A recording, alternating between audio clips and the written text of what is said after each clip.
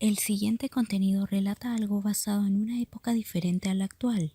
En 1950, en Estados Unidos, la gente vivía dividida racialmente. Y voy a mencionar esto de la mejor manera posible, ya que los tratos entre ellos no eran de los mejores. Este material es con el fin de entretener, y no apoyo de ninguna forma el maltrato y las malas palabras hacia otras personas. El rock siempre ha sido un titán de acero dentro de la música. Un género revolucionario que para muchos suele ser tomado como un estilo de vida. Este poderoso género descendió del rock and roll, y con él haremos un intenso viaje, desde sus raíces hasta la actualidad. Prepárate porque esto es la historia del rock.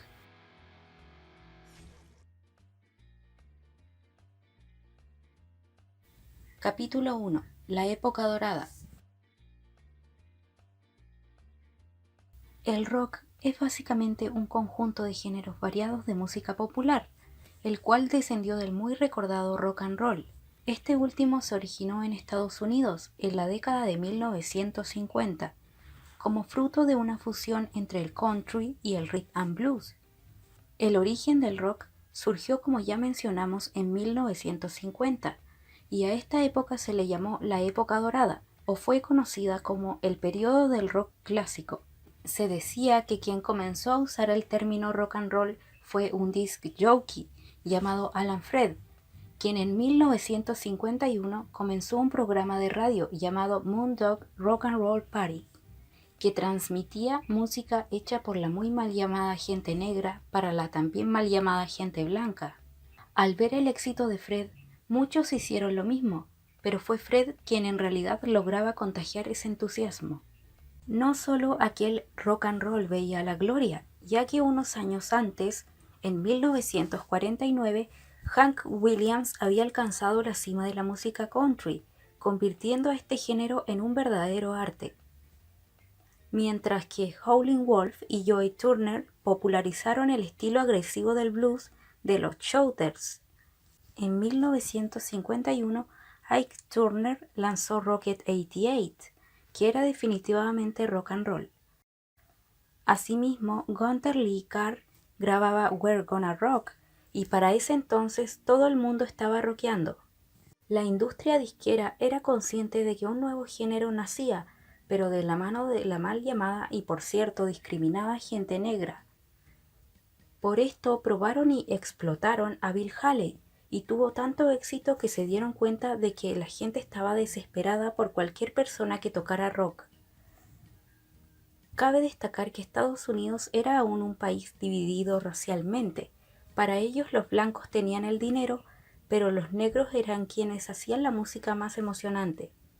Pero para esta época habían muy pocas posibilidades de que una persona negra, entre comillas, probara suerte en el mundo de la música. Así fue que Sam Phillips fundó Sun Records en Memphis, Tennessee, e hizo una famosa declaración: si pudiera encontrar un hombre blanco que cantara con el sentimiento negro, haría $1.000.000. Cabe destacar que en este año las primeras máquinas tocadiscos automáticas habían empezado a circular en cada rincón de los Estados Unidos. En 1952 seguían dando de qué hablar, hablando de música respectivamente. Roscoe Gordon inventó el ska con su tema No More Dogging. Hard Times de Charles Brown era el gran éxito de Jerry Leiber y Mike Stoller, y marcó el inicio de una nueva era para la música pop.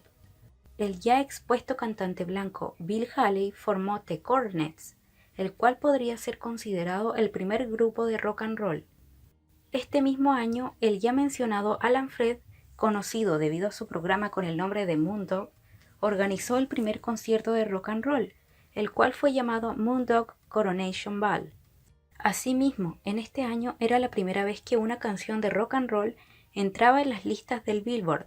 Este honor lo tuvo Bill Haley con su canción Crazy Man Crazy. Todas las innovaciones técnicas prepararon el terreno para las innovaciones estilísticas posteriores. En este año, o sea, 1952, Gibson presentó su guitarra eléctrica de cuerpo sólido, inventada por Les Paul unos años antes, y al año siguiente, en 1953, Leo Fender introdujo la guitarra Stratocaster, que él había inventado en 1950. En este mismo año, o sea 1953, The Orioles, con su canción Crying in the Chapel, llegaba al éxito de las listas de la mal llamada gente blanca. Sam Phillips irónicamente encontró al llamado blanco que tanto buscaba, y este fue nada más y nada menos que Elvis Presley. Con él grabó su primer disco, usando dos grabadoras para producir un efecto de retraso de audio llamado slapback, que se convertiría en el sonido típico del rockabilly. Por esto, y para muchos, la canción That's Alright Mama de Elvis Presley fue el primer tema de rock and roll, aunque otros alegan que el primer tema de dicho género fue Fat Man de Fats Domino, aunque este tema sonaba más bien como una nueva clase de boogie. Llegaba 1954 y con él llegaba el primer radio de transistores en el mundo, que venía de una compañía electrónica japonesa, TTK, que más tarde se transformaría en Sony. Llegaron los gramófonos y las radios portátiles, las cuales causaron una revolución musical. La gente era capaz de escuchar la música cuando ellos querían y donde ellos querían. Rock Around the Clock de Bill Haley se transformó en la primera canción de rock usada para la banda sonora de una película. La verdad es que Bill Haley era el menos prometedor ídolo adolescente, ya que tenía 30 años, y su canción se convirtió en un fenómeno nacional. En las sombras de la música blanca estaba Chuck Berry, que poco a poco levantaba el rock and roll. Es por esto que en 1955 el evento real fue la primera sesión grabada de Chuck Berry, usando la guitarra como instrumento principal. Berry usaba la técnica de los shouters y el ritmo del boogie woogie. Sus canciones hablaban sobre un conflicto generacional e insinuaban temas como el amor adolescente. Podemos notar esto en temas como School Days y Sweet Little Sixteen. Sus riffs enloquecieron a millones de jóvenes. Berry era sin duda el primer y mayor compositor de rock and roll, pero Berry era negro, y los músicos negros no tenían la misma difusión que los músicos blancos. Aún así, permaneció como un ídolo de culto. El mismo año, otro músico negro, el bajista de Chuck Berry, Bo Diddley, inventó el ritmo Hambone, que estaba lleno de suspenso, calidad siniestra e hipnótica. Bo Diddley también fue pionero del formato blues rock, con 4 extensas sesiones llamadas Two Reed Guitars, colaborando con Chuck Berry. Cabe destacar que el rock estaba más relacionado con el rhythm and blues que con el country, y el rhythm and blues era como el rock and roll de Chicago, obviamente de la mano de Berry y Bo Diddley. Si Berry inventó el tipo de rock and roll que regiría por los siguientes 50 años, otros asentaron las bases para las distintas variedades de rock and roll. Entre esto surgió la música gospel. En Nueva Orleans, un cantante y pianista llamado Skew Reader o Esquerita forjó un estilo salvaje de tocar y cantar que fue popularizado por el vocalista y pianista de Nueva Orleans, Little Richard Penniman. Ellos interpretaban como locos y agregaban otras cosas como las ropas y el maquillaje facial que eran obscenos.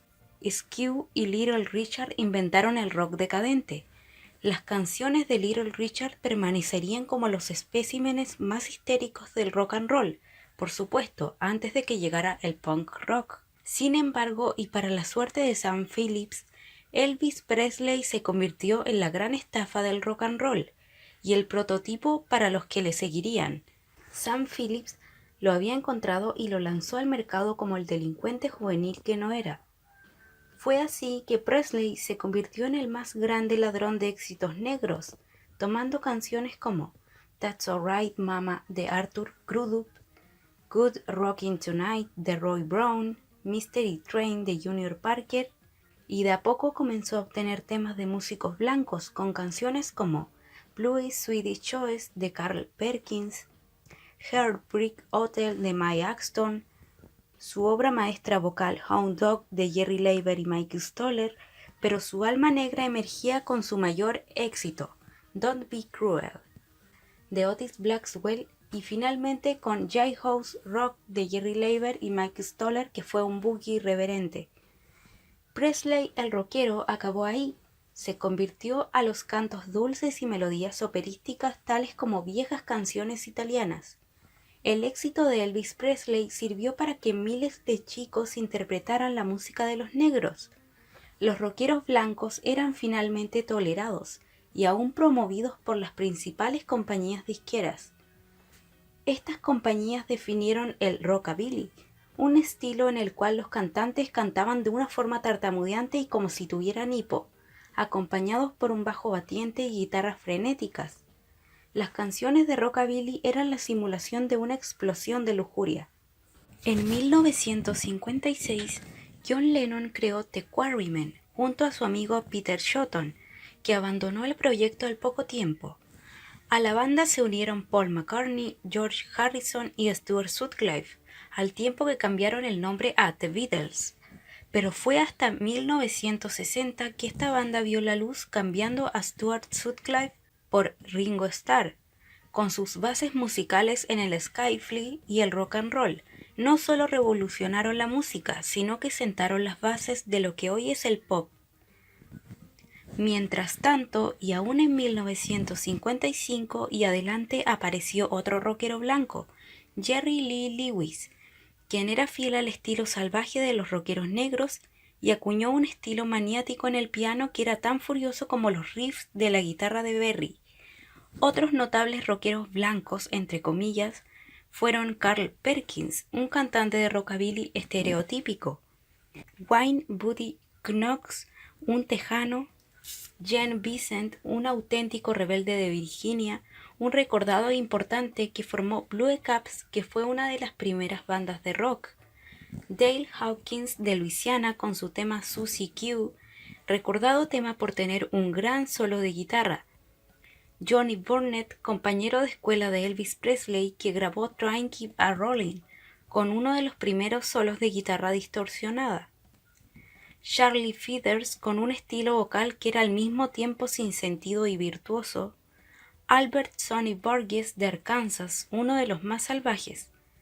Y apareció una breve moda de rock latino, con Come On Let's Go de Richie Valens y Hippie Hippie Shake de Chan Romero, dos de las canciones más frenéticas del rockabilly. Mientras tanto, los rockeros negros que desarrollaron un estilo único incluían a Junior Parker con su tema Mystery Train, una gran mezcla entre el country y el blues. Richard Berry, un intérprete de doo-wop que escribió el tema Louie Louie. Joy Turner con su tema Shake, Rattle and Roll, que permaneció como una de las canciones más frenéticas de todos los tiempos. Screaming Jay Hawkins con su tema I Put a Spell on You, y cuyas bromas macabras de escenario virtualmente inventarían el rock gótico. Otis Blackwell, un gran compositor de canciones. El organista de jazz Bill Duggett tendió un puente entre el blues y el rock and roll.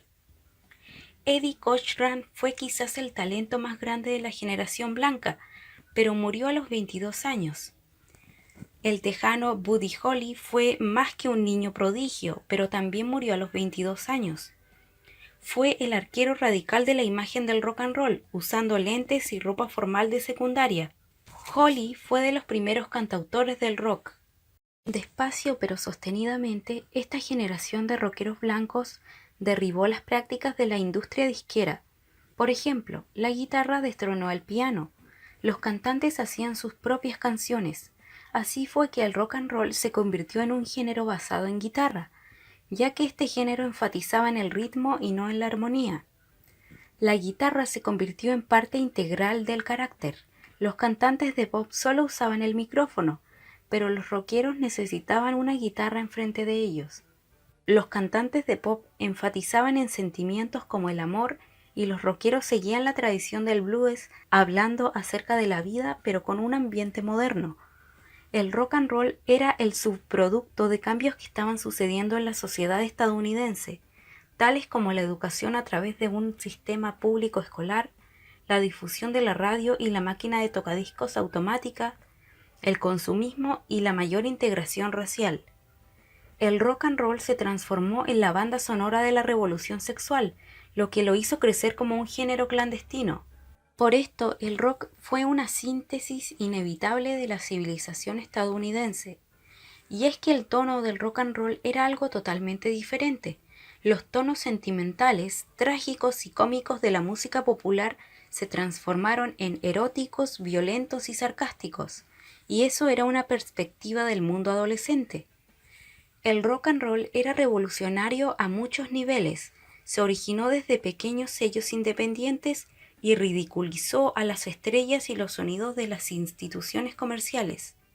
Además tendió un puente entre el público negro y el público blanco. Inventó la noción de una juventud rebelde. Estos fueron, sin duda, hechos desestabilizadores. Los puritanos estaban seguros cuando ellos se quejaban de que los rockeros estaban incitando a los adolescentes masculinos a convertirse en criminales y a las adolescentes a convertirse en prostitutas. Esa era su forma de tratar a este sentimiento de independencia de una generación. A través del rock and roll los jóvenes empezaban a buscar una identidad, un proceso que continuaría por décadas, paralelo a la evolución de la música rock. Ya había descontento y discrepancia dentro de la sociedad capitalista blanca, pero esto no afectaba a las masas. El poder revolucionario del rock excedía por mucho cualquier movimiento político o cultural que lo había precedido. La música se convirtió en algo más que entretenimiento, algo más que un lenguaje universal, algo más que un tablero de noticias. La música se convirtió en una herramienta revolucionaria para la juventud de los Estados Unidos. El rock and roll se extendió a Gran Bretaña, causando la primera adopción en masa de un estilo musical estadounidense por las masas europeas. Los éxitos del rock británico incluían temas como Rock with the Government de Tommy Steele, Move It de Cliff Richard, Bad Boy de Marty Wilde, Shaking All Over de Frederick Johnny Kidd Head y finalmente Billy Fury, quien hizo el mejor álbum de rockabilly británico, el cual se llamó The Sound of Fury. La popularidad del rock and roll causó que la industria disquera prosperara a intermisión que los sellos independientes proliferaran. Entre 1955 y 1959, la participación del mercado de las cuatro grandes de los Estados Unidos cayó de 78% a 44%, mientras que la participación de mercado de las compañías disqueras independientes creció de 22% a 56%.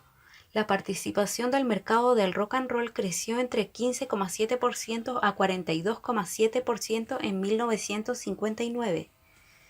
La excelente salud de la industria disquera era probablemente una razón de por qué ellos seguían experimentando con el formato.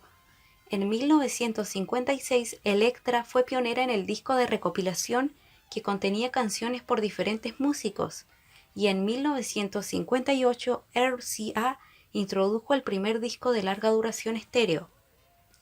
Como a todos los músicos se les permitió hacer más y más discos extraños, en 1955 Pete Seeger lanzó el primer álbum de música africana hecho por un músico blanco, Bantu Choral Folk Songs, y en 1956 Exótica. Este último de Martin Denny creó un nuevo género.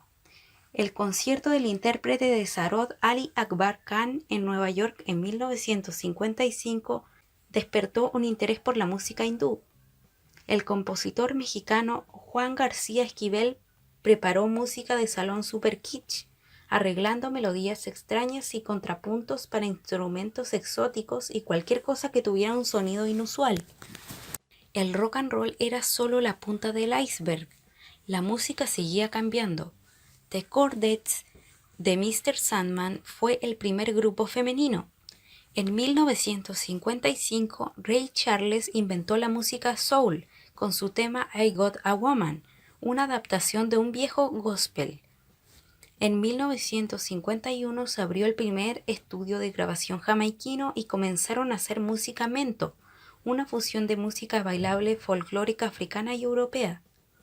Por otro lado, la música popular seguía dependiendo de los musicales de Broadway. Por ejemplo, el álbum más vendido de 1955 fue Love Me or Leave Me, de Doris Day, y el siguiente año lo sería Oklahoma de Rodgers y Hammerstein. Elvis Presley empezó a dominar el mercado solo con las bandas sonoras de sus películas, pero fue superado por el disco West Side Story de Leonard Bernstein, que pasó 54 semanas en la cima de la lista de popularidad, un récord que ningún músico de rock rompería jamás.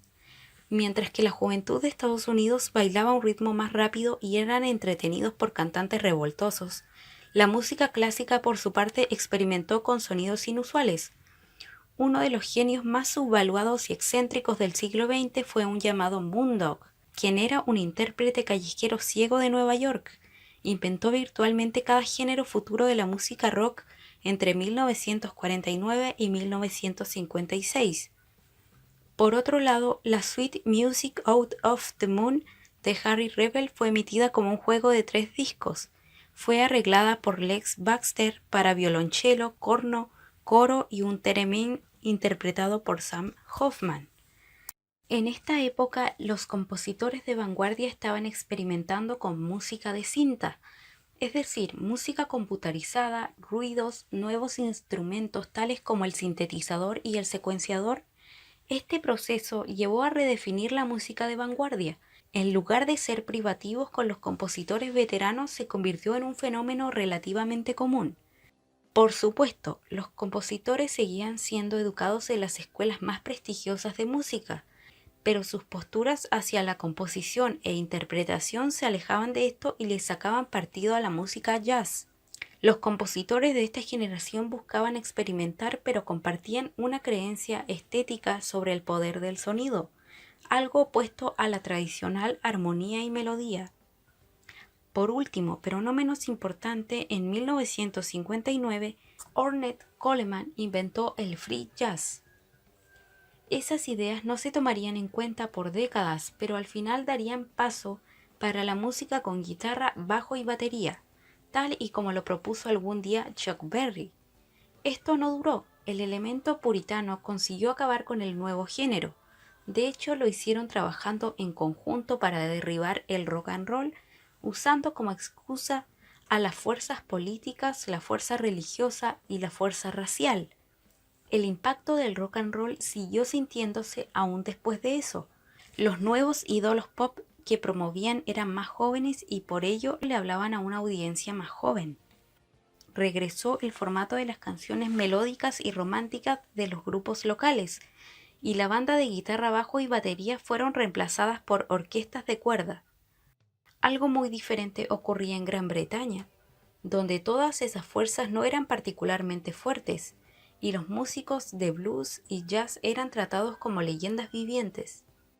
La música negra se hizo popular en la clase media británica, al mismo tiempo que en Estados Unidos se olvidaban de esto. Londres fue el centro del jazz tradicional.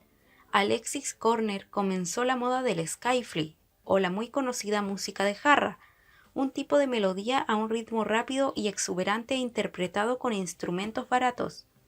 Así fue como esta época acabó olvidándose en Estados Unidos, pero poco a poco y sin pensarlo comenzaría algo mucho mejor.